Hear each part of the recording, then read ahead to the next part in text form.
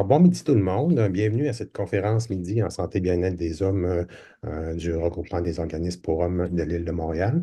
Nous recevons ce midi Madame Brigitte Lavoie, qui est psychologue, auteure du livre Aider les hommes à aller mieux, à se relever, à aller mieux. Et c'est une formatrice aussi au niveau de l'approche orientée vers les solutions. Madame Lavoie va venir nous présenter là, différentes techniques pour soutenir les hommes ou les personnes qui sont en détresse puis qui ont des idées parfois suicidaires. Donc, nous la remercions d'être présente avec nous ce midi. Madame Lavoie va faire sa présentation, puis après, on va prendre la période de questions là, vers 12h45. Donc, les personnes qui voudront adresser des questions pourront le faire via le micro et la caméra ou sinon dans la zone de clavardage. Donc, sans plus tarder, je vous cède la parole, Madame Lavoie. Alors, merci Pierre, merci au Royaume de m'inviter. Une belle collaboration, là. Ça fait partie des belles collaborations qui continuent à travers les années. Et le thème de l'espoir, ben, c'est un thème qui m'intéresse depuis longtemps. Ici, je vais demander une petite chose à certains des participants. Si certains d'entre vous voulez ouvrir vos caméras, c'est plus facile de m'adresser à vous si j'ai quelques visages là, connus ou inconnus, mais quelques visages. Donc, si quelques personnes veulent faire ça, ce serait très gentil. Certaines l'ont déjà fait, merci. Alors, des mots pour transmettre l'espoir. Euh, Dans le fond, rapidement, les objectifs. J'espère qu'à la fin de ce petit blitz-là, vous aurez un plus grand répertoire d'intervention pour faire grandir l'espoir des personnes suicidaires. Mais j'ai envie de vous dire l'espoir de tous vos clients, tous les usagers, les patients, peu importe comment vous les appelez, parce que l'espoir, c'est vraiment, au niveau des facteurs communs, quelque chose de très important. Et c'est pas nécessairement quelque chose qu'on a appris à faire dans nos formations initiales, comment susciter l'espoir. Fait que c'est ce que je vais vous partager aujourd'hui. Donc, saisir l'importance d'aborder le sujet de l'espoir plus rapidement, plus directement. Dans le fond, tout le monde, on se préoccupe de l'espoir de nos clients, veut qu'ils vivent de l'espoir, mais comment l'aborder de façon directe, c'est ce qu'on va voir. Et peut-être plus rapidement que ce que vous pourriez penser. Alors, sport, je vais vous parler de la définition de Lopez, même si je parle d'espoir depuis longtemps. Ça fait seulement quelques années que j'ai découvert les travaux de Lopez, qui n'est pas un clinicien, c'est un chercheur qui a identifié que l'espoir, c'était la capacité d'imaginer un futur meilleur que le présent et croire qu'on a du pouvoir pour influencer ce futur-là. Donc, c'est vraiment cette idée-là de voir le but et de sentir que j'ai les habiletés pour l'atteindre. Alors ça, c'est assez important, puis ça peut changer. En tout cas, pour moi, ça a changé ma façon d'intervenir. Donc, le cycle d'espoir, vous allez le voir quelques fois, ça fait que ça va devenir plus clair d'ici la fin. Donc, vous voyez, le numéro un, on commence. Puis quand on parle d'un futur meilleur, là, ici, je parle pas d'un futur où j'ai une maison, un chalet, un abri tempo, une blonde, un foyer, puis un chien. Là. C'est pas ce genre de futur-là. C'est un futur où moi, je me vois, après un épisode difficile, être capable de me sentir mieux, m'être retrouvée, avoir retrouvé ma vie que ce soit après une rupture, après un moment, un passage où j'ai pensé au suicide, je retrouve donc, si je suis capable, dans un moment difficile, de voir cette version-là de moi, ben, je vais être capable de passer au travers ces étapes-là. Et d'ailleurs, pour moi, l'espoir, ça peut être un synonyme d'imagination. Puis ici, je suis pas en train de dire que euh, les hommes ou les femmes vivent un manque d'imagination. Mais quand on vit de la détresse, oui, ça a un impact sur notre capacité d'imaginer qu'on peut être mieux. L'autre chose, c'est le pouvoir personnel. Donc, de sentir que j'ai les capacités pour être mieux. Ça aussi, ça va influencer l'espoir. Et un peu comme quand on met une adresse dans le GPS, vous savez, quand on met une adresse dans le GPS, après, il y a des chemins qui apparaissent. Dans le fond, c'est quand on a identifié cette version-là de nous, qu'on sent qu'on a les capacités parce qu'on a déjà été capable de sortir de moments difficiles, c'est après que les sentiers apparaissent. Et vous voyez que la version de moi dans le présent, dans le fond, souvent dans une intervention, on va passer beaucoup de temps sur ce qu'il vit dans le présent, comment il se sent dans le présent, alors que ce qui peut vraiment influencer l'espoir, et à la suite de ça, les sentiers qu'ils vont prendre, c'est vraiment le numéro un puis le numéro deux. Alors, dans ma présentation, ce que je vous propose, c'est de parler de ces stratégies-là que vous pourriez prendre pour aborder le numéro un, le numéro deux. Parce que le but, c'est plus facile dans un sport de voir où il est le but. Le but au hockey, le but que ça soit ce filet-là au basketball. Mais mon but, comment je veux être après ma rupture, comment je veux être comme père quand cet épisode-là va être terminé, comment je vais être quand je vais m'être retrouvée après une tragédie, ça, c'est plus difficile à imaginer.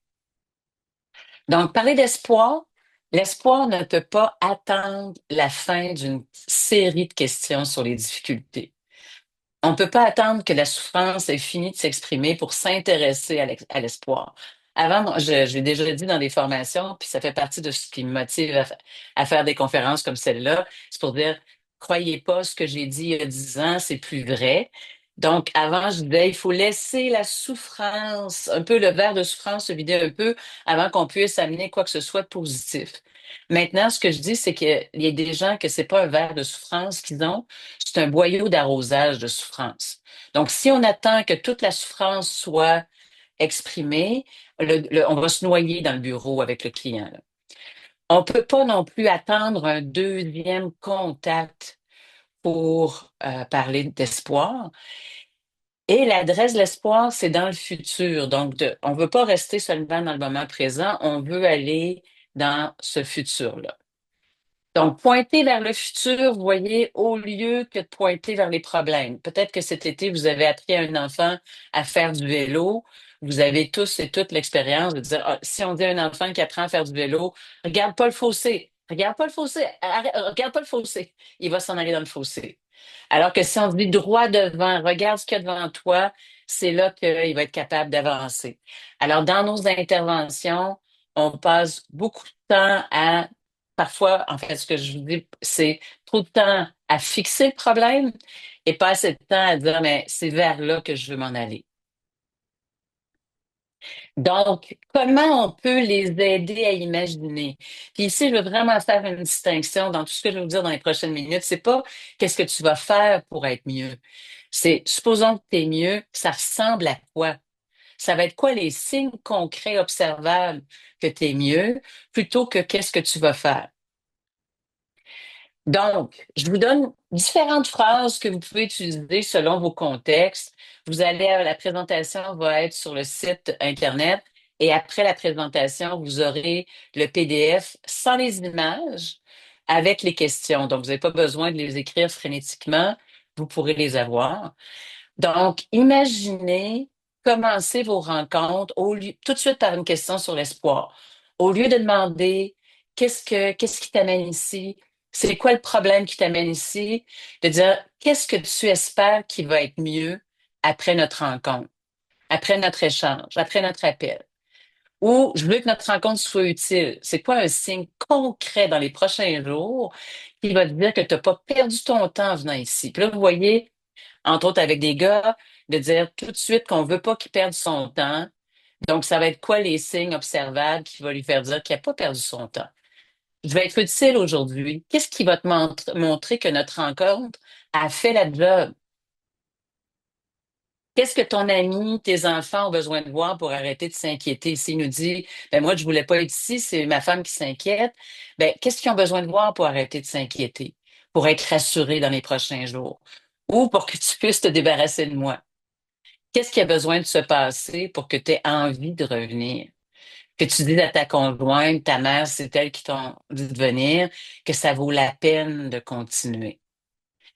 Qu'est-ce que tu espères voir comme changement à la fin du suivi, du séjour ou du groupe? Il y a des équipes avec qui je travaille qui font des évaluations. Puis ce que je leur propose, c'est de commencer tout de suite en disant, je te rencontre dans le corridor dans 6 mois, puis tu tiens à me dire du CLSC, par exemple. Tu tiens à me dire que je t'ai dirigé au bon endroit. Ça va être quoi les signes concrets observables qui vont te faire dire que tu vas mieux? Qu'est-ce qui remplace? Si la personne dit je serais moins anxieux, qu'est-ce qui va remplacer l'anxiété? Fait que vous voyez, avec ces questions-là, on veut l'aider à imaginer, à préciser ce qu'il espère en venant nous voir. Là, peut-être que certains d'entre vous vous dites, Oui, mais la personne, quand elle vient nous voir, elle veut parler de ses problèmes. Pas nécessairement. Souvent, elle va nous parler des problèmes parce qu'on lui pose des questions là-dessus. La personne qui vient nous voir, elle espère que ça va donner quelque chose. Elle espère que ça va faire une différence dans sa vie. Fait que si on lui pose des questions directes là-dessus, pour cette personne-là, ben ça a beaucoup de sens. Ça serait quoi un petit changement qui va te montrer que tu es reparti du bon bord, que tu as arrêté de descendre, que tu avances? Là, peut-être aussi, certains d'entre vous, vous vous dites, bon, mais ça, c'est comme les objectifs, les attentes, les besoins. Ici, je vous inviterais à considérer d'arrêter d'utiliser attentes, besoins, objectifs. Pourquoi? Parce que c'est dans la langue de la santé et des services sociaux. C'est ça.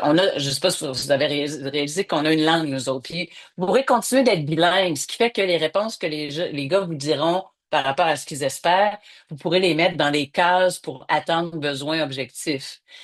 Mais ici, vous voyez, quand je dis qui va te montrer que tu es reparti du bon bord, qui va faire la job, ben, on parle la langue du monde ordinaire. Et on met moins d'accent sur de quoi il va parler pendant la rencontre. On parle plus des effets, des résultats après la rencontre.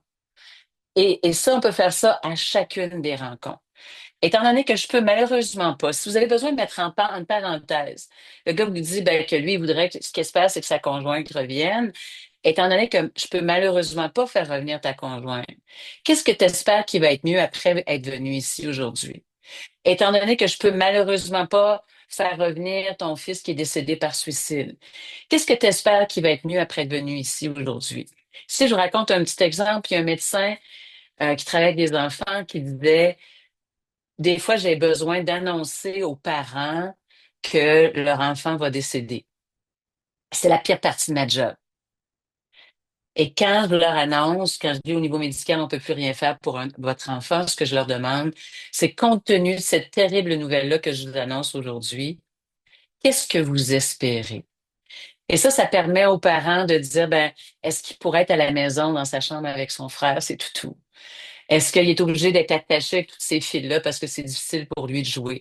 Et ce que ce médecin disait, c'est leur plus grand espoir aux parents, c'est que leur enfant guérisse. Mais compte tenu qu'on peut pas faire ça, qu'est-ce qu'ils espèrent encore? Et c'est pas parce que leur plus grand espoir est parti qu'il n'y a pas des petits espoirs qui peuvent être encore là. Donc ici, je vous montre, la dernière fois que j'ai fait cette présentation-là au CIUS de l'Est, des gens qui ont dit, oui, mais les gens veulent pas des encouragements. Parler d'espoir, c'est pas encourager les gens. C'est pas, OK, tu es capable de passer en dessous du viaduc quand tu es trop grand. Donc, je veux juste placer que c'est vraiment l'aider à imaginer qu'il est mieux que cet épisode difficile-là a une fin. Donc, je vous ai donné quelques exemples de versions de moi dans le futur, après le suivi. Maintenant, on va aller plus dans le pouvoir personnel. Vous pouvez aussi poser des questions là-dessus, mais avant même de poser ou d'ajouter d'autres questions, ici, ce que je voudrais vous parler, c'est de l'écoute active orientée vers l'espoir. Je sais pas si tout le monde a appris à faire de l'écoute active, mais l'écoute active est orientée souvent, l'écoute active, en tout cas que moi j'ai appris, c'est orienté sur le désespoir, orienté sur la souffrance, orienté sur les déficits, orienté pour définir le problème, refléter les émotions. Alors que là, ici, je vous invite à considérer d'écouter activement pour l'espoir. Parce que l'espoir est déjà présent si on écoute pour le trouver. Peut-être qu'il chuchote alors que la souffrance crie. L'espoir est patient, mais il y a ses limites. J'ai commencé à parler d'espoir en disant que c'est comme un masque à oxygène qui permet de dégager les voies respiratoires. Alors, ce que je vous inviterais à considérer, c'est écouter leurs mots, particulièrement si c'est un client que vous connaissez depuis longtemps, avec une équipe avec qui je travaillais, les usagers fréquents. C'est comme si, quand ils revenaient, on arrêtait de les écouter parce qu'on avait déjà écouté leurs chansons. Puis une des choses que je leur disais, c'est écouter comme si vous les entendiez pour la première fois. Écoutez les mots qui transportent l'espoir, des raisons de vivre, des capacités, des ressources, du pouvoir sur leur vie. Sélectionnez leurs mots pour construire votre prochaine intervention. Et là, je vais vous donner un exemple. Donc, on va appeler cette cliente-là Lisa L. Et ce qu'elle chante, ce qu'elle dit, c'est aujourd'hui, ma vie, c'est de la merde. Mais cette même, en fait, c'est une chanteuse, certains vous la connaissez, vous la reconnaissez. Peut-être vous avez chanté cette chanson-là. Mais dans la chanson, elle répète autant de fois, peut-être que demain, ça ira mieux. Alors, est-ce qu'on parle juste de sa vie qui est de la merde ou on parle de ça va être quoi pour toi les signes que demain, ça ira mieux? Qu'est-ce qui t'aide à croire que demain, ça ira mieux? Comment tu vas le voir que demain, ça va mieux? Et là, il y en a un autre ici, Émile B, qui chante J'en ai plein mon casse, j'en ai plein mon casse de l'hiver, de ta mère, des nids de poules et de tous nos rêves qui s'écroulent. Puis là, c'est pas dans la phrase suivante qui donne de l'espoir, c'est même dans quelques minutes plus tard dans une autre chanson. Et ce qu'il dit, c'est il y a des soirs où l'espoir s'empare de mon corps quand même. Mais la mort rôde, c'est sûr que c'est dur, essayer de se projeter dans le futur. Alors, vous voyez, c'est sûr que nos clients sont pas comme des chansonniers québécois ou du Nouveau-Brunswick. Ils ont peut-être pas les mêmes mots poétiques pour parler d'espoir, mais si on écoute pas juste le titre de la chanson, pas juste ce qu'il crie, on va avoir des moments où il nous donne des mots. Puis en fait, c'est comme quand vous avez vu le titre de la formation, pas de la formation, la petite conférence, c'était des mots pour transmettre l'espoir. Évidemment, vous pouviez imaginer que c'était les mots que nous utilisons pour transmettre l'espoir aux clients. Mais j'ai envie de vous dire que des fois, c'est peut-être les clients, si on les écoute, qui peuvent nous aider à ressentir nous aussi l'espoir. Alors, ici, un petit mot-clé pour éviter de tomber dans un plan d'action, puis qu'est-ce que tu pourrais faire, puis qu'est-ce que tu vas faire, c'est, supposons que tu te permets d'imaginer que demain, ça va mieux. Qu'est-ce que tu imagines? Supposons que tu te permets de rêver que tu es sorti, par exemple, du territoire de la dépression. C'est quoi la première chose que tu as envie de faire en sortant? Supposons que tu as tourné la page sur les événements.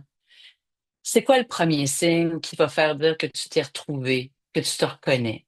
Parce que des fois, c'est les mots que les gens utilisent de dire, ben, c'est pas juste que j'ai perdu ma blonde ou qu'il y a cette chose-là qui m'est arrivée, c'est que je me reconnais plus. Alors, ça va être quoi les signes que tu vas te reconnaître? Donc, on peut partir de cet espoir-là d'un jour se reconnaître. Donc, peut-être je retournerai au chanteur ou au client. Euh, des fois, c'est surtout pour une personne suicidaire, quand la personne est plus animée. Je vous donne un exemple. Il y avait dans une ligne d'intervention quelqu'un qui disait, euh, on parlait de ce client-là qui appelait puis qui parlait de politique, puis d'inégalité. Puis il a dit, ben j'ai essayé de lui dire que il appelait ici dans une ligne suicide pour parler de suicide, fait que j'ai essayé de le ramener à ça. Puis il y a un de ses collègues qui a dit, ben ça se peut-tu que la politique, pour lui, ça soit une raison de vie? Puis là, c'est sympathique parce que l'intervenante a dit, oh mon Dieu, moi j'ai tellement ça, la politique, je peux pas croire que c'est une raison de vivre pour quelqu'un. Mais oui, pour lui, se battre contre les inégalités, faire des changements sociaux, faire des changements pour sa municipalité, son pays, c'était quelque chose d'important. Donc, parler de politique, c'était pas pour changer le sujet. Le sujet, c'était pas le suicide, c'est que pour lui, c'était une raison de vivre. L'autre chose aussi, si on attrape leurs mots dans une ligne d'intervention aussi, il y avait quelqu'un qui a dit, bon, mais moi, je rêve du jour où j'aurais plus besoin de vous appeler. Et il a décidé, l'intervenant a décidé de saisir ça puis de dire, OK, supposons qu'on prend quelques minutes pour imaginer que tu n'as plus besoin de nous appeler. Qu'est-ce que tu fais avec cette journée-là? Qu'est-ce qui prend plus de place dans ta vie? À quoi tu donnes de l'attention? Quelle différence ça fait pour toi de donner de l'attention à autre chose? Donc, quand on écoute, ils peuvent parler déjà de cette version-là d'eux-mêmes qui veulent être dans le futur, du pouvoir personnel qu'ils ont déjà eu. On peut aller poser d'autres questions pour le pouvoir personnel. Et par pouvoir personnel, ici, dans mon livre, je parle de que le DocTape, c'est un outil qui est sous-estimé en prévention du suicide parce que j'ai plein d'amis, gars qui disent, quand on a du DocTape, là, on peut réparer n'importe quoi. Alors, est-ce qu'on pourrait prendre du DocTape pour les aider à se coller plus sur leur raison de vivre, à peut-être réussir à passer à travers, même si c'est pas avec des stratégies, des solutions, des moyens parfaits, mais avec les moyens du bord qu'ils ont déjà pris. Alors, Et si je commence avec je suis désolée parce que plusieurs personnes, quand un gars était en liste d'attente pendant longtemps, ils trouvent important de se dire je suis désolée. Alors, je le dis comme un mot que vous pourriez utiliser. Je suis désolée que tu aies eu besoin d'attendre si longtemps. Qu'est-ce qui t'a aidé à croire que ça valait quand même la peine de venir ici, jusqu'ici? Comment tu as réussi à tenir le coup jusqu'ici? Qu'est-ce qui te rend le plus fier dans les circonstances? Et si je vous donne un petit exemple, il y a des gens qu'on a rappelés, des gens qui étaient vulnérables, qu'on a rappelés pendant le premier confinement. Puis on avait fait un petit protocole pour les appeler. Et la première question, c'est pas nécessairement évident, le confinement, la COVID. Qu'est-ce qui te rend le plus fier dans les circonstances? Puis là, je me souviens d'un gars qui disait, hey, mais il y a plusieurs choses. Dans le fond, je réalise, j'écoute à la radio, il y a du monde qui panique. Moi, j'ai des moyens, tu sais, avec les années, j'ai développé des trucs pour passer à travers. Puis là, en plus, à la radio, il y a du monde là, qui se plaignent parce qu'ils peuvent pas voyager. J'ai envie de leur dire, bienvenue dans ma vie. J'ai jamais eu assez d'argent pour voyager. Puis j'arrive à quand même aller marcher, sortir de la maison. Puis à la fin, on leur demandait, est-ce que vous sentez que vous auriez besoin de revenir pour un suivi? Puis là, plusieurs personnes disaient, ben non, finalement, j'ai l'impression que vous m'avez comme donné des câbles à booster, là, puis je réalise que j'ai juste besoin de continuer. Cette équipe-là avec qui je travaillais, ils ont parlé à une équipe à côté qui commençait la rencontre en disant, ah, c'est pas facile, hein, la pandémie. Comment ça va? Comment vous vous sentez? Qu'est-ce qui est le plus dur? Et là, en posant ces questions-là, mais dans le fond, il y a plusieurs personnes qui disaient, ouais, peut-être besoin d'un suivi, là. Puis là, ici, je suis pas en train de vous dire qu'on espère que les gens ne prendront pas des suivis s'ils en ont besoin. Mais ce que je vous dis, c'est dès le premier contact, si on les aide à voir qu'est-ce qu'ils ont réussi, même s'ils n'ont jamais rencontré personne, ça peut les aider à faire diminuer leur détresse, à faire rapetisser le problème. Qu'est-ce qui est mieux, même un peu, depuis que tu as pris la décision de prendre ta vie en main? J'ai un neveu qui allait pas bien, 18 ans. Sa mère m'a demandé, elle lui a demandé, est-ce que tu irais prendre une marche avec Brigitte?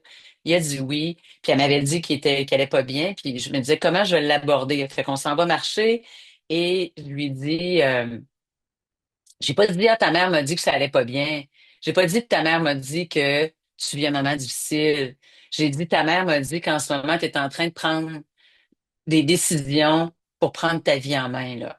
Il a dit, ouais, ouais, c'est ça. Fait que vous voyez qu'au lieu de pointer sur les roches le problème, j'ai pointé sur, entre autres, qui a accepté d'aller prendre une marche avec moi, qu'on puisse se parler, ici que je suis psychologue évidemment, qu'il est en train de prendre des décisions pour prendre sa vie en main. Fait que pendant qu'on est en train de faire ça, pendant que je suis en train de dire ça, je suis en train de travailler sur le pouvoir personnel. Donc, qu'est-ce que tu as fait pour éviter que ton état se détériore? Qui croit que tu as les capacités pour t'en sortir? Qu'est-ce que cette personne-là voit chez toi que tu reconnais peut-être pas en ce moment? S'il y avait un écusson à mettre sur ton sac à dos avec l'accomplissement dont tu es le plus fier, ce serait quoi? Comment tu as trouvé la force de passer au travers ou de surmonter? Ici, je veux juste vous dire que c'est en prenant les mots d'un client à qui je l'ai parlé il y a quelques semaines qui disait, Brigitte, je sais que j'ai réussi des choses plus difficiles que ça, là, mais c'est comme si mes badges, ils se décousent, là. C'est comme si je les ai pas collés, mes badges, là. Ils restent pas collés. Puis on s'est mis à parler des badges, ben, d'une des badges dont il se souvenait ou qui n'était pas encore décollée. Puis une autre badge, il avait réussi à vivre avec un boss toxique. Celle-là, là, faut la recoudre en premier.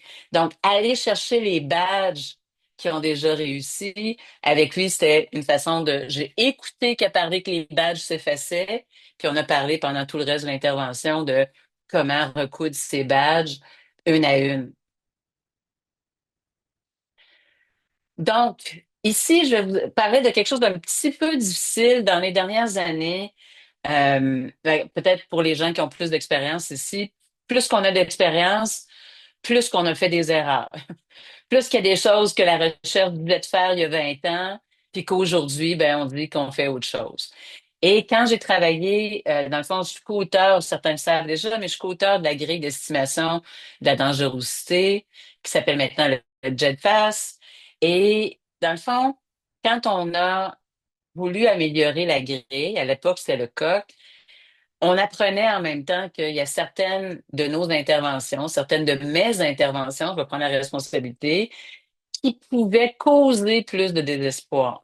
Fait que je peux pas parler d'espoir avec vous sans aussi, si vous n'avez pas encore eu cette information-là, vous le partagez. Donc, parler de ces traumas peut retraumatiser. Parler des problèmes insolubles fait vivre plus d'impuissance que d'espoir. Parler de ses faiblesses fait vivre un sentiment d'incompétence, alors que il y a plusieurs interventions qui vont dans le sens de faire parler la personne, faire parler de ses faiblesses. Puis vous voyez que avec le pouvoir personnel, que je disais qui était le numéro 2 pour créer de l'espoir, ben on passe à côté. Et la plus importante, à l'époque, quand on voulait ajouter des critères, la communauté scientifique au niveau du suicide disait, si on prend des outils traditionnels pour évaluer, la personne peut devenir plus suicidaire si on recueille des informations sans susciter l'espoir en même temps. Donc, on s'est mis à parler en prévention du suicide, je ne sais pas si vous avez entendu ce terme-là, d'évaluation dynamique. Donc, en même temps qu'on recueille des informations, on suscite de l'espoir. Un peu comme quand je vous parlais de masque à oxygène, peut-être qu'on va faire autre chose avec le patient, mais si ses voies respiratoires sont bloquées, on va vouloir faire ça, même si on recueille en même temps de l'information. Alors, ma première réaction quand j'apprends que ce que je fais peut nuire ou que j'ai fait peut nuire, j'ai cette réaction-là. Comme Monk à une époque, ensuite, ma deuxième réaction, c'est que je partage cette information-là à des proches. Puis l'autre réaction, c'est je fais des changements à ma pratique et je partage cette information-là au plus grand nombre de personnes. Alors, la plupart d'entre vous, vous connaissez la grille d'estimation. Si je veux attirer votre attention, c'est que même si c'est pas de cette façon-là, dans toutes les formations, à propos de la grille, on parle de en même temps qu'on recueille de l'information, on suscite l'espoir. La nouvelle version de la formation, ça s'appelle aussi susciter l'espoir. Mais plusieurs personnes dans plusieurs milieux que je forme me disent qu'ils passent des grilles.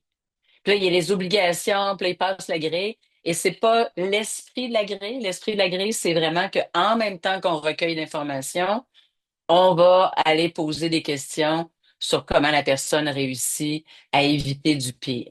Et quand on a fait la grille, ça, c'est peut-être pas tout le monde qui le sait, au niveau de l'intervention, si on avait eu plus de budget pour le graphisme, probablement que le critère capacité à espérer ici serait été plus grand, plus large, à la fois sur le poids que ça a au niveau de l'estimation, mais aussi que l'intervention se passe à cet endroit-là. La place où notre travail d'intervention est, c'est dans aider la personne à retrouver l'espoir. Donc, au lieu de laisser la personne parler de toutes ces choses-là, à chaque chose qu'elle nous dit, on peut poser une question pour susciter l'espoir. J'ai essayé de me tuer le mois passé, je m'en veux d'avoir échoué, mais comment tu as réussi à pas refaire une tentative de suicide depuis le mois de passé? Je pense tous les jours, j'ai plein de pilules à la maison, comment tu as réussi à pas les utiliser? Si la personne, je le bois de plus en plus, comment tu réussis à pas faire de tentative de suicide malgré le fait que tu bois de plus en plus. Donc, vous voyez, pour chaque chose qui nous aide à recueillir de l'information sur la dangerosité, il y a un levier pour susciter plus d'espoir. Donc, le passé réussi, c'est pas réussir. Des fois, les gens ont juste la question, parle-moi d'un moment où tu étais bien, la personne n'en a pas, elle s'en souvient pas. C'est tout ça, là, comment tu as réussi à pas faire de tentative de suicide, à pas faire une autre tentative après, à espérer que ça va pas faire mal tout le temps comme en ce moment, à pas consommer plus que ça ou à pas faire de tentative quand tu consommes, à rester en contrôle malgré tout ce qui se passe. Vous voyez, le malgré tout ce qui se passe, c'est là que certaines personnes, des fois, qui disent oui, mais l'espoir, c'est pas trop jovialiste. Ben, c'est que je vois à la fois ce qui est difficile en disant malgré tout ce qui se passe, et je vois ce que la personne réussit dans un contexte tellement difficile. Donc, puis réussir, des fois, c'est réussir à préserver, pardon, sa dignité, réussir à préserver son intégrité. Donc, c'est pas juste réussir à se protéger, c'est réussir à être la meilleure version de lui dans un contexte aussi difficile que ça. Et c'est comme ça qu'on va mettre du poids sur le deuxième élément de l'espoir, qui est le pouvoir personnel. La personne a peut-être été victime de certaines choses, mais elle a du pouvoir pour arrêter les effets de ces choses-là qu'elle a subies. Donc, encore autre chose sur est-ce que le désespoir peut être un effet secondaire de mes interventions? Ben, pour rebondir, les gens plus résilients, entre autres, on apprend sur les recherches sur la résilience que au moment où c'est le pire, c'est peut-être pas le meilleur moment pour être en contact avec tout le désespoir, les émotions désagréables. Alors, pendant longtemps, moi, j'ai voulu aider les hommes à être en contact avec leurs émotions. Je dis pas que je le ferai plus jamais, mais à ce moment-là, d'être stoïque, qui est une caractéristique associée avec la masculinité traditionnelle, le fait d'être stoïque, ça peut aider à mettre un pied devant l'autre dans un contexte qui est plus difficile. Ça peut aider à garder la tête en dehors de l'eau. Fait que ça nuance un peu cette idée-là que mon intervention devrait les aider à être en contact avec des émotions. Et en fait, parmi les émotions, il y en a trois qui sont particulièrement importantes pour se relever, pour faire face à l'adversité. C'est l'espoir, qui est aussi une émotion. L'amour, puis ici, je parle pas de l'amour seulement de la Saint-Valentin ou l'amour romantique, mais l'amour pour nos proches, se sentir connecté avec les gens qu'on aime ou qui nous aiment. Et la fierté, on revient aux fameuses badges sur son sac à dos, sur son uniforme, qui vont lui permettre de passer à travers. L'autre chose que j'ai parfois pu dire dans des formations, c'est de parler de l'importance de passer à l'action. Puis, pour les gars plus traditionnels, passer à l'action, on sait que ça va avec le fait d'être un gars traditionnel. Mais j'avais sous-estimé le fait que pour passer à l'action, il faut être capable d'imaginer. Dans le fond, pour les gars qui n'arrivent pas à passer à l'action, puis tant qu'à ça là-dessus, pour les femmes aussi avec qui vous travaillez, c'est cette partie-là d'imaginer, c'est un peu, on réserve ça souvent aux athlètes. L'athlète va imaginer qu'il fait le saut du tremplin avant de le faire. Ben, nos clients dépressifs avec lesquels on souhaite faire de l'activation comportementale, ben, ils pourront pas s'activer comportementalement si on les a pas aidés à s'imaginer ça ressemblerait à quoi. Puis ce serait quoi les avantages pour eux de faire telle ou telle chose dans les prochains jours. Donc, j'essaie d'être plus précise parce que les gens que j'ai formés sont intelligents, compétents. Mais quand les gens euh, comprennent pas ça, c'est que moi, je dois être plus précis, je dois être plus explicite dans mes propres formations. Donc, j'ai commencé à dire, il n'y a pas d'action sans espoir. C'est là qu'on doit miser avant. Et reconnaître ou admettre ses problèmes peut faire vivre plus de honte que d'espoir. Avec une équipe avec laquelle j'ai travaillé, ils travaillaient avec des hommes qui avaient été auteurs de violences, puis des hommes qui étaient suicidaires. Puis ils m'ont demandé de les aider parce que les hommes auteurs de violences avaient fait plus de tentatives de suicide pendant le groupe que les hommes qui étaient suicidaires. Il y a quelque chose qui marche pas. Et il y a un moment dans le groupe où il y avait plus de tentatives de suicide. Il y a eu malheureusement aussi un suicide complété où, dans le fond, il y avait cette étape-là qui était de reconnaître et les gars vivaient beaucoup de honte à ce moment-là. Je ne dis pas qu'il faut pas faire ça du tout. Ce qu'on a vu avec eux, c'est à ces moments-là où ils peuvent ressentir de la honte, peut-être que ça fait partie de notre programme, est-ce qu'on peut ne pas les laisser partir dans cet état-là? Est-ce qu'on peut les aider à voir ce qu'ils ont déjà fait pour réparer ce qu'ils ont fait comme méfait à quelqu'un d'autre? Qu'est-ce qu'ils ont fait pour éviter du pire à ce moment-là? Donc, c'est pas de dire cette émotion-là n'a pas sa place, mais si on les laisse dans cette émotion-là, sans aller chercher du pouvoir personnel, sans aller chercher des choses qui ont bien fait, qui ont mieux fait par ailleurs, ben, ça va pas créer l'espoir. Donc, voyez ici, je peux t'aider, mais tu dois d'abord avouer que tu as un problème. Ben, c'est un job de travail d'été de thérapeute.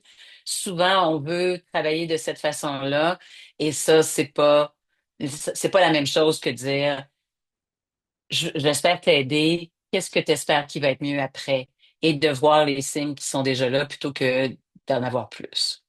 Donc, il y a des phrases que j'ai vraiment arrêté d'utiliser parce qu'elles peuvent nuire à l'espoir.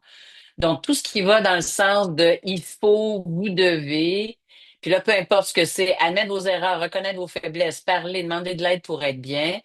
Dans le fond, à chaque fois qu'un chemin est obligatoire, si un gars se dit, ben moi, j'arriverai jamais à passer par là, ben, dans le fond, ça cause du désespoir. Puis en plus, avec l'expérience, il y a des choses que j'ai dit à certains clients qu'il fallait qu'ils fassent pour être bien. Puis la recherche, 10 ans plus tard, montre autre chose. Fait que avec l'âge, j'ai arrêté d'utiliser les vous devez, il faut, parce qu'il y aura peut-être une recherche dans quelques années qui va dire qu'il y a autre chose qui est mieux. Alors, par quoi c'est remplacé? Ben, par regarde qu'est-ce qui marche pour toi. Fais des tests. Re- Tu sais, si ça ne marche pas pour toi, essaie d'autres choses. Continue d'essayer. Donc, aussi, vous ne pourrez pas être bien tant que vous n'accepterez pas de faire ou de changer ceci. Ça va être long et souffrant, mais vous serez mieux après. Vous voyez que ces phrases-là qu'on a peut-être appris, qu'on dit un peu automatiquement pour accueillir la souffrance, ça amène une présupposition que c'est la souffrance qui va prendre toute la place. Alors que de dire, ça se peut qu'il y ait des moments qui soient extrêmement souffrants, puis que l'instant d'après, tu as un fou rire, puis c'est correct. Ça se peut qu'il y ait des moments qui soient plus difficiles, que tu as l'impression que tu vas pas passer au travers, puis tu as une discussion avec un de tes amis où tu vas faire du sport, puis il y a un moment où tu te dis, ouais, peut-être que je vais être capable de passer au travers. Puis c'est la journée où tu décides de défaire une boîte parce qu'il était déménagé puis il était pas sûr qu'il allait s'installer dans son nouvel appartement. Donc, je veux juste parler un peu de l'approche orientée vers les solutions parce que des fois, une des choses que les gens retiennent de l'approche orientée vers les solutions, c'est l'idée de euh, qu'est-ce que tu vas faire? Puis c'est la question la moins intéressante et c'est la seule qui peut bousculer. Quand les gens disent, ah, ben, je veux pas bousculer la personne, si la personne est en train de vous parler de ses problèmes, puis qu'on dit qu'est-ce que tu vas faire, c'est sûr que là, elle va se sentir bousculée. Mais pourquoi je trouve que l'approche orientée vers les solutions peut aider au niveau de l'espoir, c'est qu'on cherche pas des solutions à des problèmes insolubles. Si la personne a vécu un trauma, si la personne est en deuil, ce qu'on veut faire, c'est trouver des solutions pour réussir à vivre malgré cette adversité-là, malgré cet événement-là. Euh, on peut l'aider à être mieux, puis on va vouloir savoir à quoi ça ressemble à être mieux dans le contexte actuel. On veut aider la personne. Il n'y a pas beaucoup, si vous en avez d'autres approches qui aident la personne à imaginer un futur qui a du sens plutôt qu'une vie sans problème, ça peut aider. Il y avait un client qui était suicidaire, il avait 73 ans, je le précise parce que euh, quand je l'ai rencontré, il m'a dit, mais moi, quand je m'imagine le futur, tout ce que je vois, c'est que je vais aller à l'hôpital pour mes bobos, puis je vais aller aux funérailles de mes amis puis de ma famille. Fait qu'il était suicidaire à ce moment-là, vous pouvez imaginer. Et je lui ai demandé d'imaginer qu'il avait réussi à passer à travers cet épisode-ci et qu'il avait 78 ans, il célébrait son anniversaire. Puis quand il regardait en arrière, il avait passé les 5 dernières années à faire des choses qui avaient du sens à ses yeux. Quand il est revenu la fois suivante, il m'a dit, ben, il était pas clair votre exercice. Moi, je me suis excusée. Il dit, non, mais le vouliez-vous par projet? Parce que vu que c'était pas clair, je l'ai fait par projet. Fait qu'il y avait quelque chose pour se garder allumé intellectuellement. Il y avait quelque chose pour ses petits-enfants. C'était quelqu'un qui était d'une autre origine. Et il voulait partager sa langue, son dialecte avec ses petits-enfants. Et il avait commencé à faire un plan d'action avec des espèces de grandes feuilles dans sa vie avant de prendre sa retraite. Il y avait des projets, puis il avait commencé à faire ces projets-là. Mais je lui ai pas demandé de passer à l'action entre les deux rencontres. Je lui ai juste demandé d'imaginer une vie qui avait du sens à ses yeux. Qu'est-ce qu'il y avait dans cette vie-là? Et en lui demandant d'imaginer ça, ben, il est passé à l'action. Donc, notre rôle est de l'aider à reprendre contact avec son sentiment de compétence pour faire face à l'adversité, pour garder espoir malgré les difficultés.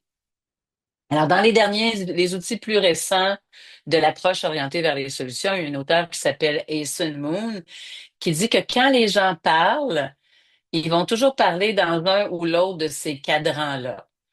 Les gens vont parler de leur futur souhaité, ils vont parler de leur passé de ressources, mais ils peuvent aller plus souvent dans leur passé, leur futur redouté. Ah, j'ai peur que je ne retrouverai pas de job, j'ai peur que je ne vais pas être capable de vivre malgré cet handicap-là ou la douleur chronique ou leur passé de difficulté. Dans le fond, sur quoi, pour moi, ce cadran-là aide, c'est que les gens vont parler du 3 et du 4, même si on ne pose aucune question là-dessus. Mais ils ne parleront pas nécessairement du un et du 2 si on ne pose pas de questions là-dessus. Alors, l'invitation que je vous fais, c'est que les questions que vous posez soient dans le futur souhaité, le passé de ressources. Et quand les gens retombent dans leur passé de difficulté, quand les gens retombent dans le passé, dans le futur redouté, ben c'est là que vous pouvez remplir la grille d'estimation ou que vous pouvez remplir les formulaires que vous avez à remplir. Si on fait juste écouter les gens, quand ils répondent à nos questions, ben, ils vont retomber ici. Puis habituellement, nos évaluations vont dans le 3 et le 4. Donc, mais on n'a pas besoin de poser de questions ici pour que les gens nous donnent des réponses dans le 3 et le 4. Fait que l'invitation que je vous fais, puis les outils que je propose avec l'approche et qui sont aussi sur mon site sous l'onglet matériel gratuit, c'est d'aller chercher plus de questions dans le numéro un, dans le numéro 2. Quand les gens vous disent, ah, j'ai peur de ce qui va arriver, qu'est-ce que tu espères voir à la place de ça? Donc, euh, ce sur quoi je voudrais vous laisser, c'est peut-être certains points sur lesquels que je vais répéter, sur lesquels je vais mettre l'emphase. Susciter l'espoir ne peut pas atteindre la fin d'une cueillette de données. Cette action-là fait partie de l'estimation. Des fois, les gens vont utiliser le modèle médical pour dire on fait ça à cause du modèle médical.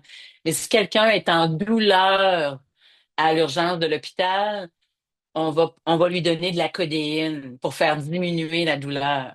Puis c'est cet effet-là de la codéine qui va nous dire, OK, peut-être la personne est plus stable, il y a certains tests qu'on va être capable de passer, mais on va d'abord donner de la codéine. Mais pour moi, c'est un peu ça. Éthiquement, on a besoin de susciter l'espoir d'aider la personne à respirer, à faire diminuer sa douleur, plutôt que de continuer une évaluation traditionnelle. Et si en faisant ça, en faisant le premier pictus, sa capacité espérée ne bouge pas malgré toutes nos interventions, ben ça pourra nous aider à prendre une décision sur la dangerosité à la fin. Aidons les personnes à imaginer un futur où elle est mieux malgré les problèmes et l'adversité. Donc, pas une vie qui n'a pas de problème, une vie où ces problèmes-là sont peut-être encore là, mais que la personne est mieux, se sent plus d'attaque pour y faire face. Une vie qui a du sens, surtout une vie qui vaut la peine de vivre. Aidons la personne à se rappeler des moments où elle a été capable d'avoir du pouvoir sur sa vie. Soutenons la personne dans ses tentatives de vivre jusqu'à ce qu'elle réussisse. Alors, si vous êtes intéressé, il y a du matériel gratuit. Certaines personnes peuvent aller le chercher. Le, le, ici, ce que je vous propose, c'est un lien pour aller sur le site des libraires.ca si vous êtes intéressé à aller chercher le livre. Et j'ai commencé à faire du slam, des slams, pour peut-être partager avec vous certaines idées qui me sont chères. Et donc, en février passé, je vivais un moment où j'ai réfléchi sur l'espoir pour moi aussi. Puis une des choses qui a émergé, c'était un slam sur l'espoir. Alors, je vous le partage. Puis ensuite, il y aura la période de questions. Donc, l'espoir a été vu, manifestant dans les rues. Pancarte à l'appui pour dénoncer les abus.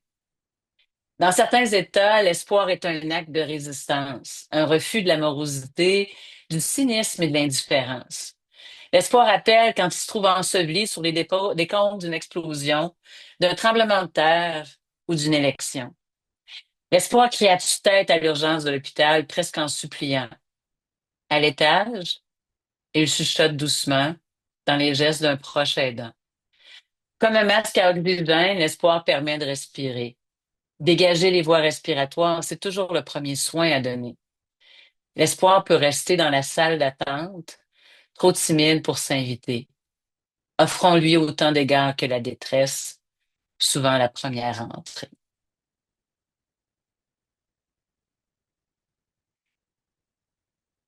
Alors, Pierre, est-ce que tu as des questions Il n'y a pas de que tu veux questions me lire? encore qui sont apparues dans la zone de clavardage, mais s'il y a des personnes qui veulent lever la main, prendre le micro, ça va me faire plaisir de vous céder le micro pour des questions sur la présentation de Madame Lavoie. Donc, mais en tout cas, il y a beaucoup de remerciements dans le clavardage, beaucoup de personnes qui disent très belle présentation. Donc, c'est ça, très utile, fait que tout ça. Donc, comme à l'habitude, Madame Lavoie, vous allez chercher des gens, donc avec des émotions, fait que tout ça. Il y a une personne qui a mentionné, là, c'est très inspirant aussi de dire tentative de vivre au lieu de tentative de suicide. Donc, c'est intéressant. Je regarde. OK, j'ai une question ici d'une personne. Le questionnaire que vous avez mentionné qui a suivi l'utilisation du coq, c'est quoi? J'ai pas compris l'acronyme. En C'est- fait, c'est la grille d'estimation la grille d'estimation du passage à l'acte suicidaire. Donc, c'est pas un questionnaire. Justement, ça me permet de préciser, quand on a fait la grille, on voulait que ce soit des critères que les gens allaient voir pour chacun de ces critères-là. Si c'est devenu un questionnaire dans certains organismes, c'était pas du tout l'intention, parce qu'on voulait justement faire de la réduction des méfaits et que ça soit un outil d'intervention, qu'en même temps qu'on fait de la cueillette de données, on fait euh, on suscite l'espoir. Fait que cette grille d'estimation-là, j'ai cédé les droits, donc c'est plusieurs organismes en prévention du suicide qui offrent la formation. Donc, vous pouvez savoir qui est dans votre région le prestataire de la formation pour utiliser cette grille-là, puis en même temps qu'on utilise la grille, de susciter l'espoir de la personne. Fait que vous pouvez aller chercher avec le prestataire des services en prévention du suicide dans votre région, s'il y a des gens à l'extérieur de Montréal, là. Pour Montréal, c'est le Centre de prévention du suicide de Montréal que vous pouvez évidemment contacter. Bon. Il y a Madame Charon qui a levé la main. Donc, je vous laisse ouvrir votre micro, Madame Charon, pour adresser votre question. Bonjour, merci. Julie Charon, je suis psychologue dans une clinique d'adaptation à la douleur chronique. Des fois, un des défis que je trouve qu'on a avec la clientèle en douleur chronique, ils ont souvent l'impression que les médecins sont passés vite sur leur souffrance, qu'ils n'ont pas été entendus, qu'ils n'ont pas été compris. Euh, Puis je remarque des fois dans des groupes, des fois c'est difficile quand on essaie d'aller plus vers les émotions positives, qu'un n'empêche pas l'autre, comment je peux avoir mal et en même temps avoir d'autres choses. Des fois, ils se sentent invalidés ou ils ont l'impression qu'à nouveau, ils vont insister sur leur souffrance. Fait que je voulais voir un peu euh, vos recommandations, vos suggestions pour éviter qu'on se retrouve dans cette espèce de quasiment de bataille. Je te dis pas qu'il n'y a pas ça, mais il y a ça en même temps. Comment des fois ils se sentent pas entendus, en fait, quand on est dans peut-être plus la psychologie positive, là. Ben, en fait, merci de m'aider à préciser. Si vous avez cette impression-là que c'est de la psychologie positive, c'est surtout pas celle, c'est pas la pensée positive, c'est pas de pas voir le négatif. Alors, j'ai remis ma présentation. Est-ce que vous la voyez? Non? OK. Voilà. Donc, ce que je dis, c'est qu'à chaque fois que la personne va en parler ici, je ne l'empêche pas de parler de ce qui est difficile, je ne l'empêche pas de parler de ce qu'elle anticipe, mais mes questions à moi vont ici. Donc, et par rapport à la douleur chronique, c'est justement compte tenu qu'il y a des délais qui sont si importants. Qu'est-ce que vous espérez de nos rencontres ou à nous? Qu'est-ce que vous espérez du groupe qu'on a ensemble? Donc, c'est justement la douleur chronique un très bel exemple de quelque chose qu'on doit mettre en parenthèse, comme le médecin qui dit aux parents, compte tenu de cette terrible nouvelle-là que je vous annonce. Vous entendez? Compte tenu de cette terrible nouvelle-là que je vous annonce, je suis pas jovialiste ici, là. C'est que cette nouvelle-là, elle est terrible. Compte tenu qu'en ce moment, on n'a pas encore trouvé, le médecin ou le milieu médical n'a pas encore trouvé une façon de faire diminuer. Qu'est-ce que vous espérez de nos rencontres? Compte tenu que je suis psychologue, c'est pas moi qui peux donner de la médication pour la douleur chronique, qu'est-ce que vous espérez en avoir? Puis si la personne dit, ben là, je veux un espace pour parler de comment c'est difficile, là, ce que je vérifierais, elle est juste en train de parler de ce qui va se passer dans la rencontre. C'est pour ça que je veux séparer c'est quoi la rencontre de ce qu'elle espère après. Fait que, supposons qu'on se donne du temps ensemble pour que vous puissiez déposer puis parler de ce que ça vous fait vivre. Qu'est-ce que vous espérez qui va être mieux après dans votre vie? Parce que des fois, les gens confondent les moyens, parler de ma douleur, avec les résultats. Ben, je vais retrouver un peu la joie de vivre, je veux faire des activités qui vont être mieux. Fait que vous voyez que je peux encore faire parce qu'en ce moment, j'ai arrêté de tout faire parce que je pense juste à ça, puis alors que je pourrais encore faire certaines choses. Et prendre un café avec une amie, je pourrais faire ça. Donc, vous voyez la différence entre être entendu, parler de sa souffrance, parler de ce qui est difficile. On parle juste de ce qui va se passer dans la rencontre avec vous. Pour moi, ici, ce que je vous dis, c'est l'espoir, c'est qu'est-ce qu'il espère qui va se passer après cette rencontre-là qu'on a. Et donc, cette direction-là, je vais la prendre pour les aider. Je ne vais pas la mettre dans leur bouche. Et c'est là que c'est pas moi qui leur donne l'espoir. C'est eux qui me précisent leur espoir. Et quand j'ai cette commande-là, c'est-à-dire le supposons, quelle différence ça va faire, qu'est-ce que vous allez voir faire dans votre vie qui est plus difficile maintenant, ben, dans le fond, c'est là, avec leur espoir, que je pars, pas avec le mien que je leur impose.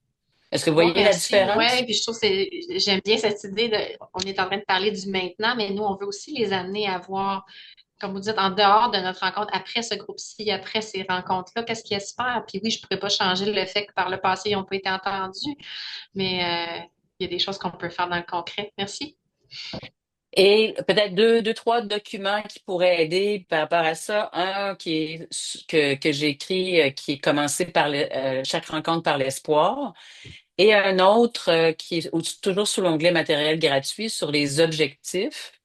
Et une des choses que je dis, c'est que souvent les gens nous disent des objectifs qui n'en sont pas. C'est-à-dire que c'est ce qu'ils veulent faire avec nous pendant la rencontre. C'est pas les résultats qu'ils espèrent voir après nos rencontres. Et pour moi, la place de l'espoir, c'est après. C'est pas pendant nos rencontres seulement. Est-ce que ça a du sens? Est-ce qu'il y a d'autres questions? Oui, il y avait une question de Lauriane, ou Lorian, qui va prendre, je crois, le micro. Donc, Lauriane, c'est à vous. Oui, bonjour. Déjà, ben, merci pour votre présentation. Ça fait du bien d'entendre. Ma question, en fait, comme j'ai mentionné un peu dans le chat, là, peut-être un peu hors sujet, peut-être un peu hors propos.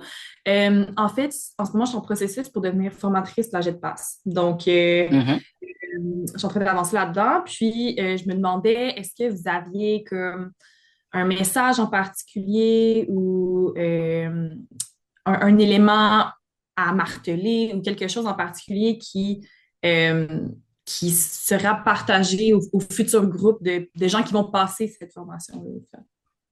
Merci de me poser cette question-là. Je vais juste compléter avec la dame de tantôt. Il y a aussi un autre texte qui s'appelle 100 questions pour les aider à mieux vieillir.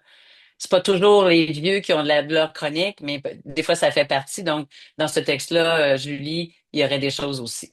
Donc, merci de me poser cette question-là, Lauriane. Oui. En fait, parce que je rencontre plusieurs personnes qui ont été formées, je vois ce qui n'est pas retenu. Et je connais beaucoup de formateurs et je le sais que c'est dit dans les formations, mais ce que je vais te partager, c'est ce qui n'est pas retenu. C'est ce que je vais essayer de vous partager là, de répéter ou de marteler. C'est en même temps qu'on recueille de l'information, il faut susciter l'espoir. C'est pas, je passe une grille, puis je sais que vous ne dites pas ça, mais les gens ont de la difficulté à retenir ça. Puis je pense qu'il faut continuer à tous de le dire. Puis quand je prends quelques minutes, même si c'est une formation qui porte pas sur la vôtre, je prends quelques minutes là-dessus, puis je leur ai dit ça.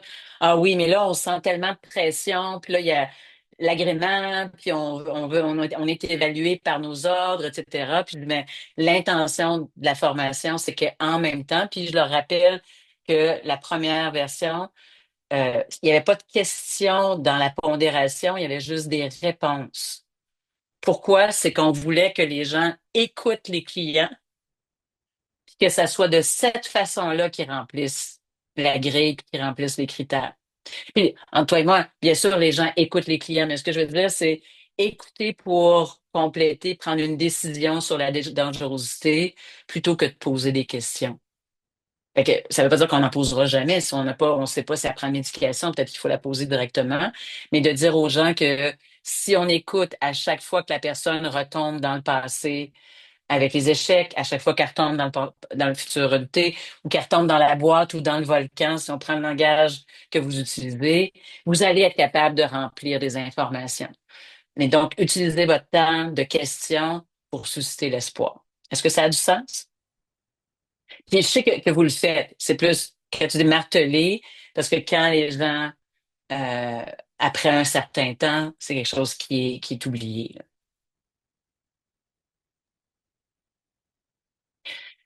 Puis aussi, peut-être une dernière chose par rapport à cette question-là, c'est des fois les gens me disent, ouais, mais il n'était pas capable d'imaginer un futur, là, ça fait que je l'ai attendu. En fait, s'il était capable d'imaginer un futur où il est mieux, il serait pas suicidaire. Les gens pensent au suicide pas parce qu'ils ont des problèmes, ils pensent au suicide parce qu'ils sont pas capables d'imaginer qu'en ce moment, ça va passer et qu'il pourrait être mieux. Donc, s'il y a de la difficulté, c'est à cause de ça qu'il y a plus besoin de notre aide. Donc, c'est pas parce qu'il y a de la difficulté qu'on va attendre, on va le laisser parler de tout ce qui va mal, puis on va attendre plus tard, là. C'est parce que c'est difficile qu'il a besoin de notre aide, notre support pour être capable d'imaginer. Ça va? Merci Il y beaucoup. a Luz. Oui, bonjour, je m'excuse, mon caméra ne marche pas, mais je voudrais juste ajouter peut-être, moi, je suis déjà formatrice pour les CIUS de Centre-Ouest, pour le GEPAS, et je pense que l'un des éléments qui c'est très important aussi, c'est de voir que lorsqu'on fait les interventions, oui, on essaie de susciter l'espoir et tout, mais parfois on est comme très ancré vraiment sur le questionnaire en tant que tel, sur les points, les 7 critères, etc. Mais on oublie que les jugements cliniques, ça se fait avec les critères, mais aussi avec les impressions cliniques qu'on a pendant l'intervention.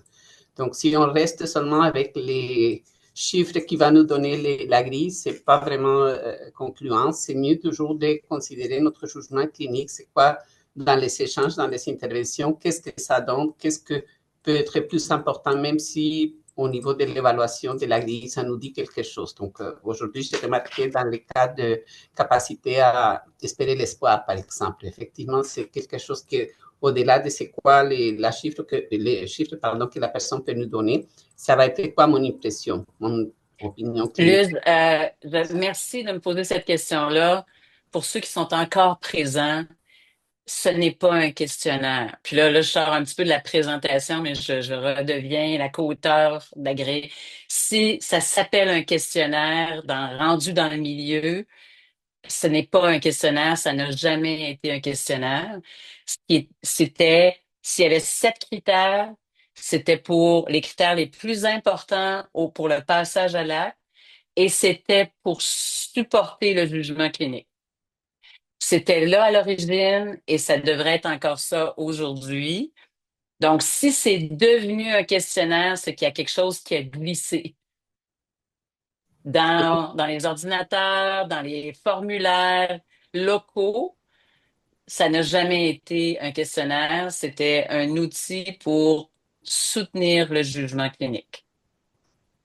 Effectivement, oui. Alors, s'il y a des gens qui appellent ça un questionnaire dans leur milieu, n'hésitez pas à dire Brigitte Lavoie, co-auteur de la grille, a dit que ça n'a jamais été, ça ne devrait pas être un questionnaire. Et à cause de ce que je vous disais tantôt, que si on passe un questionnaire, la personne va être plus suicidaire après qu'avant. Joyner, un des grands chercheurs en prévention du suicide, recommandait il y a une douzaine d'années de ne pas faire ça. Donc, Joyner, avec un grand groupe de spécialistes disaient, on peut pas passer un questionnaire, la personne va être plus suicidaire après qu'avant.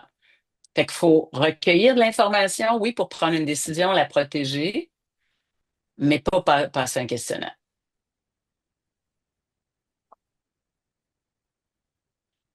Pierre, Bon. est-ce qu'il y a d'autres questions? Parce que sinon, je ferais une petite note plus légère pour compléter. Il y a peut-être une Est-ce qu'il y a dernière encore des question gens? d'Alexandre. Ah oui, Euh, vas-y. Vas-y, Alexandre. OK. J'aimerais le sens que tu as allé dans cette présentation-là. C'est incroyable. Donc, merci beaucoup. Mais je vois comme quand j'ai été formé avec le JetPass, la formatrice a souligné le fait que c'est comme de descendre une échelle pour quelqu'un qui est dans le trou, puis de ne pas profondir le trou. Puis je pense que c'est exactement ça, de susciter l'espoir. Mais j'ai aussi travaillé par le passé dans un centre unité psychiatrique qui, je trouvais la perception c'était un peu différent. C'était beaucoup plus médical, plus il y avait des exigences, des contraintes de temps, puis tout ça. Donc, c'était un peu différent.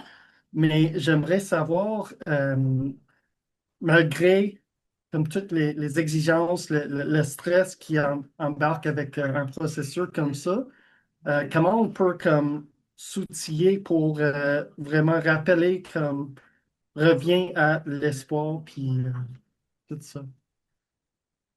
En fait, avec ce que tu dis, moi aussi, j'ai fait ça, Alexandre. Fait que quand je disais, j'ai appris,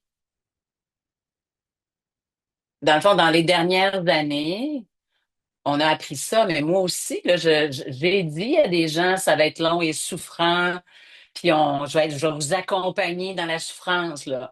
J'ai dit à des gens, il faut être capable de parler de ces choses-là.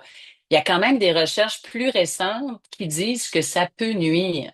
Fait qu'il faut faire connaître ces recherches-là. Fait que ces pratiques-là que tu dis, ah, j'ai travaillé, peut-être, j'espère, que ces gens-là avec qui tu as travaillé il y a 10 ans, ben maintenant ont changé leurs pratiques. Mais euh, comment je veux dire, faire connaître pas juste ce qui donne l'espoir, mais ce qui peut nuire à l'espoir, ça fait partie, je pense, pour moi, de ce que je me suis donné comme mandat, puis de ce que nous pouvons partager avec d'autres personnes. Puis des fois, il y a des pratiques, il y a des groupes avec qui je parle, puis ils disent, oui, mais ça nuit pas à tout le monde. Des fois, ça leur fait du bien. J'ai eu des traitements médicaux, puis il y a des gens qui ont des effets secondaires de certains médicaments. Ce qu'on fait, c'est qu'on essaie de trouver des médicaments qui vont pas avoir ces effets secondaires-là.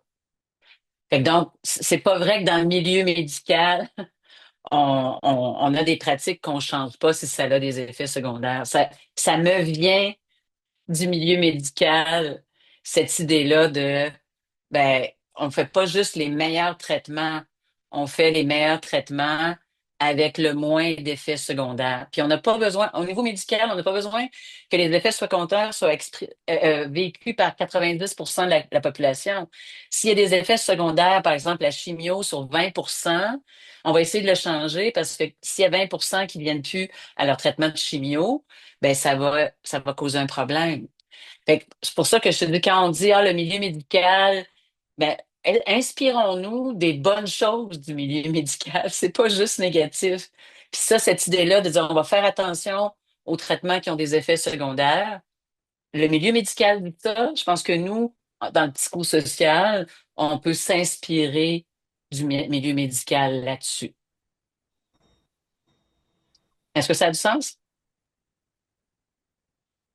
Vraiment, Il y oui. avait une autre question? Une dernière question. Oui, bonjour Brigitte.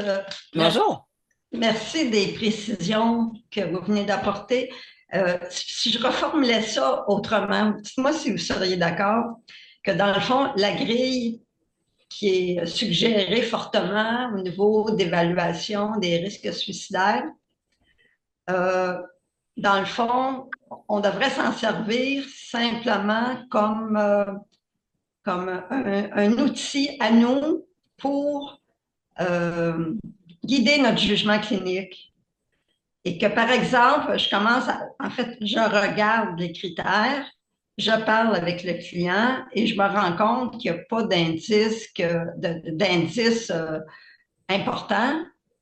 Je devrais lâcher cet instrument-là et m'attarder davantage à son vécu, à ce qui est bon dans sa vie, à ce qui va lui donner de l'espoir, plutôt que de m'enfoncer dans la passation de, entre guillemets, ce test. Parce qu'il ne faut pas se le cacher, c'est pas mal présenté comme presque une obligation de faire passer ce test.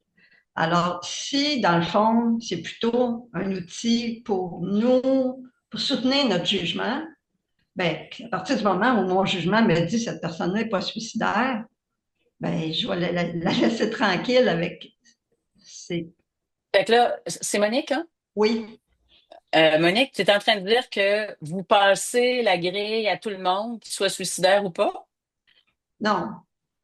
Euh, je pense qu'il y a une forte tendance à utiliser très rapidement la grille et que finalement, ça fait plus. Je pense qu'à l'accueil, ils le font pas mal, pas mal, pas mal, pas mal. Je suis pas sûre, moi, je travaille pas à l'accueil. Mais quand ça m'arrive à moi dans mes mains, puis que là, avec la grille, la personne a plus ou moins coté, il y a comme un sous-entendu que je devrais recommencer pour m'assurer qu'il n'est pas suicidaire. Mais si moi, j'ai pas ce senti-là avec le client, j'ai pas les indices de dangerosité qui m'amèneraient à porter des actions. Parce que s'il y a une dangerosité, je devrais porter des actions, là. On parle pas de la même chose. Ben, en fait, peut-être, Pierre, il faudrait faire une session une autre fois juste sur la grille, là, si en collaboration avec le CPS de Montréal, là, c'est pas. Mais pour moi, ici, euh, c'est pas tout à fait ça. Le plus important que je veux que vous reteniez, parce que j'en parle pas, j'ai pas parlé longtemps, là, j'ai pas parlé 1 heure de la grille, j'ai parlé pour les répondre aux dernières questions.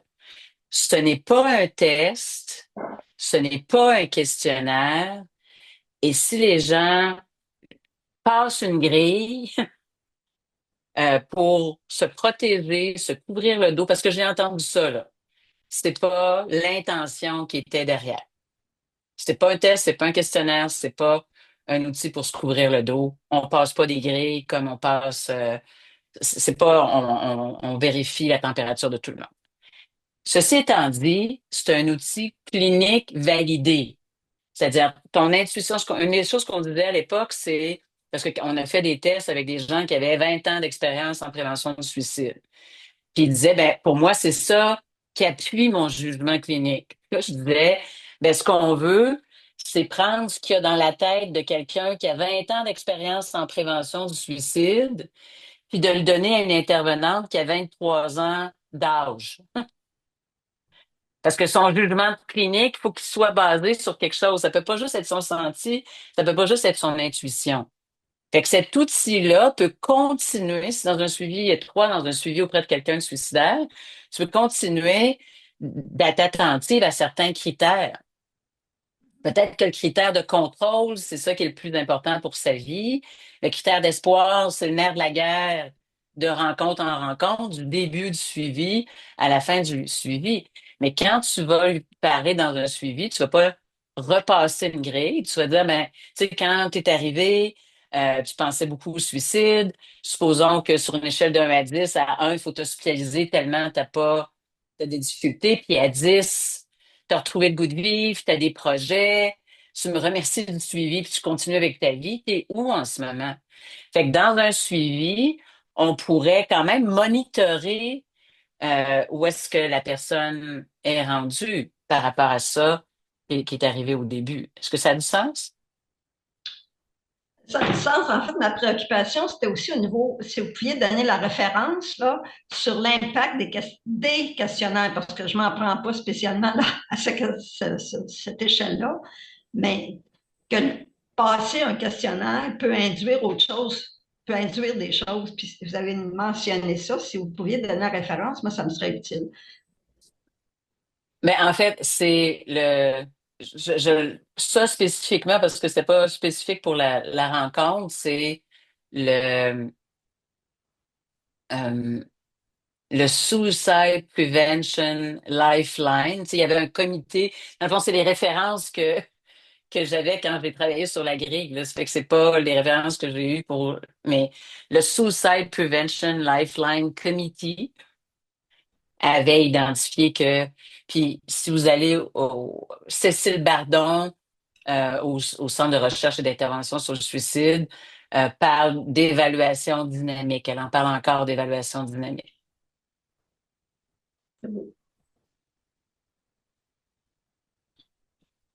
Puis on dit pas que tous les questionnaires, tout le temps, peuvent nuire, mais une cueillette de données de tout ce qui va mal dans la vie de la personne.